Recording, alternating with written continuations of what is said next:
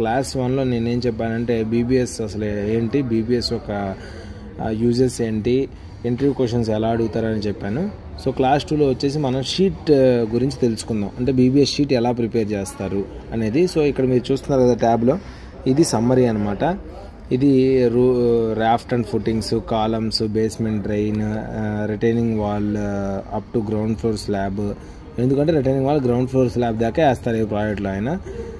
తర్వాత columns and lifts, ground floor, first floor, ఇలా ప్రతిదీ మీకు గనక ట్యాబ్ కొడితే మీరు సేవ్ చేసి పెట్టాను. ఎందుకంటే ఇది ఒక ప్రాజెక్ట్, ఇది ఓకే, మీకు అర్థమవుతుందా? సో మీరు ఎక్సెల్ షీట్ చేద్దాం అనుకుంటే బీబీఎస్లో ఒక ప్రాజెక్ట్లోనే మనం ఎక్సెల్ ఒక షీట్ మొత్తం ఒక ప్రాజెక్ట్లో ఉండాలి.